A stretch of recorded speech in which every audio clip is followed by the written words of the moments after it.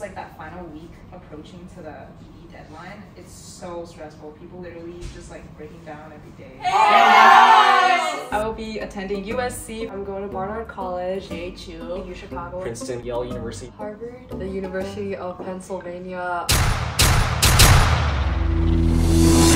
A lot of people like to be really secretive about where they ED to or ED to whatever. Yeah.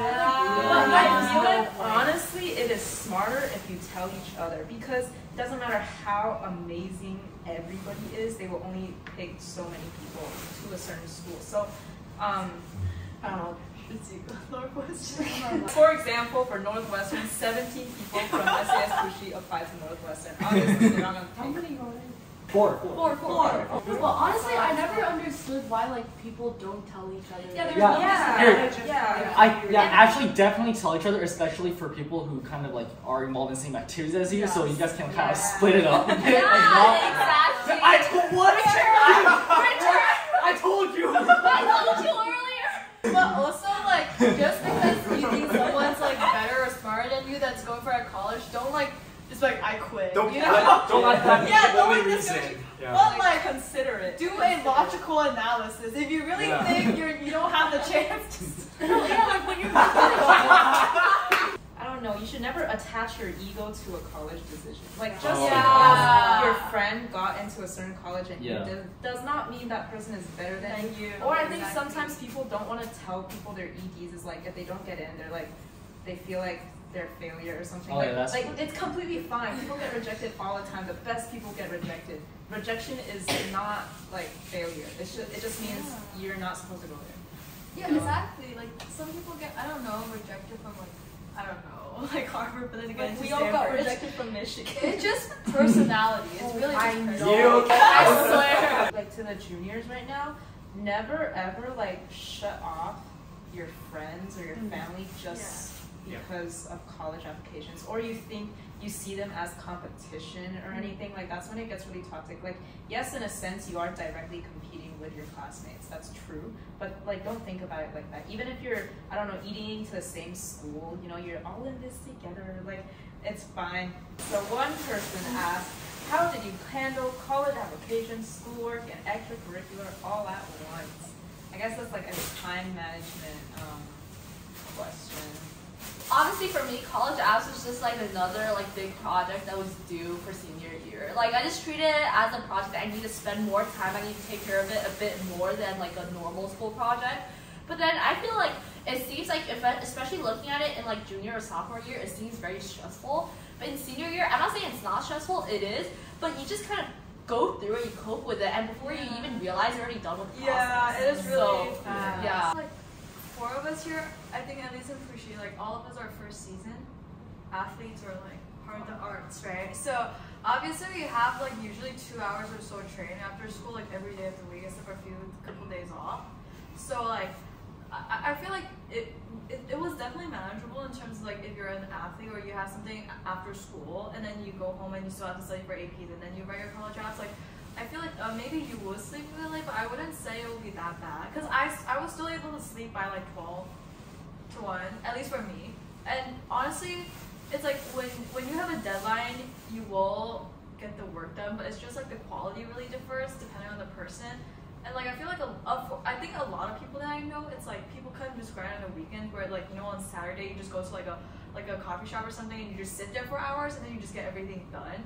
So I feel like you'll definitely have enough time to do that. Like if we look back at it and you say like, is it really stressful? Well, like obviously there is stress, but it's not really like that much added on compared to like how stressed we were in like junior year or like before. It is really, really, really stressful if you didn't like write anything, you feel like your grades are failing and it's like approaching the deadline. It is definitely very, very stressful.